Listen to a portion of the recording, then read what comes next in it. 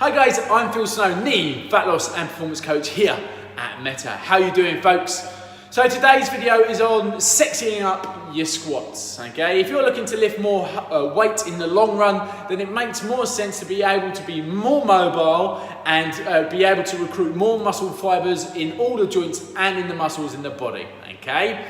Now, all the muscles, joints and bones move in what's known as three planes of motion, okay? We have a sagittal plane, which moves backwards and forwards, a frontal plane, which is where we move side to side, and then a transverse plane where we're able to rotate, okay? So using those movement patterns there, we can adjust our squat position because we know our hip joint is this ball and socket like joint, so it moves around quite a bit to give us a different stimulus when we're squatting.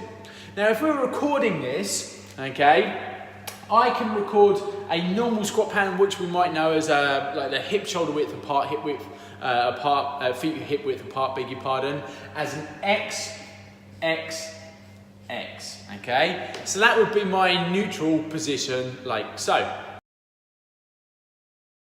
Now, if I wanted to change that slightly, okay, and move into more of a sagittal plane, all I would literally do is take a little step forwards, okay? And I would record that by using either an L or R. So that would be right foot or left foot, okay? Because there's no change in my frontal and transverse plane, that would be X, X, okay? So just like so.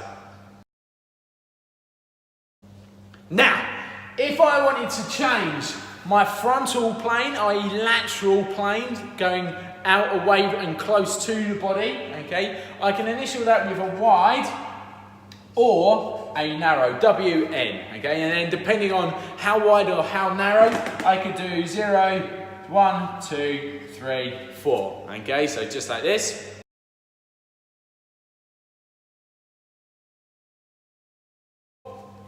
And because it's only my feet that are moving sideways or outwards or inwards, I would have an X and an X here, just like that. Now, if I wanted to use or adopt more of a transverse plane, okay, that would mean to rotate. So I'd have to rotate my feet, okay, i.e. rotating at the hip joint there as well. And if I was going to do that like this,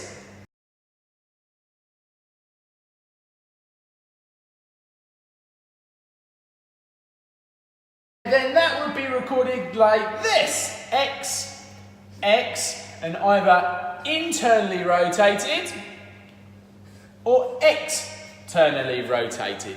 And again, I would use a 0 to 4 scale on there on how rotated that would be, okay? I could also use my 0 to 4 scale, okay, on how far I'm stepping out in my sagittal plane as well. Now this is where it starts getting a little bit sexy because we can integrate all of those, okay, into one squat pattern. So for instance, if I was going to go for my left leg forwards, okay, I'm going to step forwards slightly to a two-step, if you like.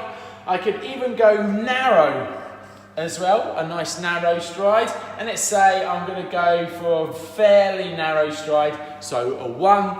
And then I could go into my transverse plane, and I'm going to go for a right, internally rotated 3, okay, and my left externally rotated 1.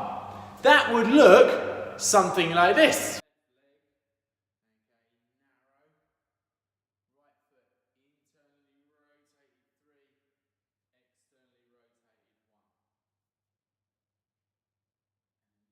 Okay, so when have you ever seen someone squat like that? I bet if you went into your gym now and did a squat like that, people would be looking at you funny and all crazy and stuff. But give it a go right now. Have a go at this squat position.